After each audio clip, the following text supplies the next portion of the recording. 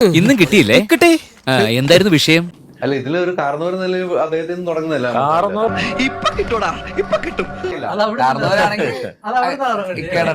എന്റെ അടുത്ത് പ്രൊഡ്യൂസർ എന്ന നിലയിൽ എന്താണ് ഉപദേശം കൊടുത്തത്? ഞാൻ പ്രൊഡ്യൂസർ അല്ലല്ലോ. പ്രൊഡ്യൂസറിന് കൊടുത്ത ഉപദേശം എടുത്ത പ്രൊഡ്യൂസറിന് കൊടുത്ത ഉപദേശം എനിക്ക് പ്രൊഡ്യൂസറിന് ഉപദേശം കൊടുക്കാൻ അറിഞ്ഞൂടാ. ഞാൻ പ്രൊഡ്യൂസർ അല്ലല്ലോ. അതുകൊണ്ട് എന്റെ ഉദ്ദേശങ്ങളൊന്നും പഴയതുപോലെ ഫലിക്കുന്നില്ലല്ലോ. അവിടെ വെച്ച് കൈമാറിയ ഉപദേശം എന്താ? കൈമാറിയ ഉപദേശം, അങ്ങനെ ഉപദേശമൊന്നും കൈമാറിയില്ല. കവി തല്ലു വാങ്ങിയിട്ടേ പോകുന്നാ തോന്നുന്നത്. ഉപദേശം ഒന്നുമില്ല. ഇല്ല. ഇപ്പൊ എന്തിനിപ്പോ ഉപദേശം? അതൊന്നും എനിക്കറിയാൻ മേല. ഇങ്ങനെ എന്തെങ്കിലുമൊക്കെ പറയുമ്പോഴേ എന്റെ മനസ്സിനൊരു സന്തോഷം ഉണ്ടാവുള്ളൂ. ഞാൻ എന്റെ സന്തോഷം നോക്കിയാ പോരെ. ഇത്ര വയസ്സായി അങ്ങനെയെങ്കിലും വയസ്സായിരുന്നു സമ്മതിച്ചില്ല. എന്റെ വയസ്സല്ല, എനിക്ക് വയസ്സായി. ഞങ്ങൾ പോലും അംഗീകരിക്കുന്നില്ലല്ലോ. ഇവര് പോലും പറയുന്നില്ലല്ലോ. അങ്ങനെ പറയണമെന്ന് എനിക്ക് മനസ്സിലാണല്ലോ. അലിയുടെ മനസ്സിലായിരിക്കും.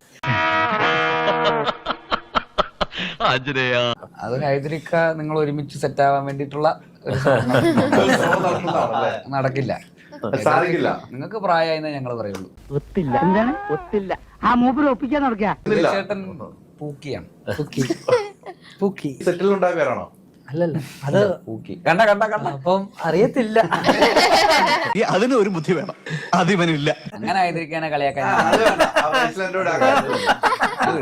ന്യായമായ കാര്യത്തിനൊക്കെ നമ്മൾ കൂടും. അല്ലാതെ സന്തോഷായി, നല്ല സന്തോഷായി. ആരായി പറയുന്നത്? അതന്നത്തെ ചോരത്തിളപ്പിന് ഇപ്പൊ എന്ത് ചോര തണുത്തു പോയാ? അതൊക്കെ മാറി. ഇപ്പൊ നമ്മള് കറക്റ്റ് നല്ല ഇതിലങ്ങ് പോവാന്നുള്ള റൂട്ടാണല്ലോ. വെറുതെ ചിരിപ്പിക്കരുത്. ആ തിരിച്ചറിവുണ്ടാകുന്നതാണല്ലോ ഒരു മനുഷ്യന് ഏറ്റവും വലിയ മാറ്റം. ഈശ്വരാ, എനിക്ക് നേരത്തെ തോന്നി പഴയ സ്വഭാവം എടുത്തു പറയുന്നതിലേക്ക് പോയി. ഞാനത് ആലോചിച്ചോണ്ടിരുന്നു. അതെ, ഒരു മാറ്റം തോന്നി, അതങ്ങനെ വരൂ, അതങ്ങനെ സംഭവിക്കൂ. ഉള്ളിൽ നിന്നുള്ള സത്യങ്ങൾ തുപ്പുന്നു, അത്രയല്ലേ ഉള്ളൂ. എന്തോ ഒരു വാക്ക് കിട്ടിയപ്പോഴേ അയ്യോ, അതിനകത്ത് കയറി പഴയ അടിയായി മാറി. എന്റെ ഭാഗത്ത് തെറ്റുണ്ട്. നാക്ക് വായിലേക്ക് ഇട്ടില്ല. അതിനുമ്പ് വന്നു. ഞാൻ അറിയില്ല, ഞാൻ പുതിയ മനുഷ്യനല്ലേ. പ്രൊമോഷൻ വന്ന ആ സിനിമയെ കുറിച്ച് മാത്രമല്ലേ ഞാൻ ചോദിക്കാറുള്ളൂ. പറഞ്ഞു നീ എവിടെ പരിപാടി അവതരിപ്പിച്ചാലും ഇത് തന്നെയാണല്ലോ നിന്റെ വിധി.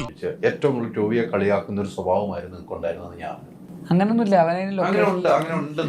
മാടമ്പള്ളിയിലെ ആ ചിത്രരോഗി ഇയാളുള്ളിൽ ഇപ്പോഴും ഉണ്ടല്ലേ?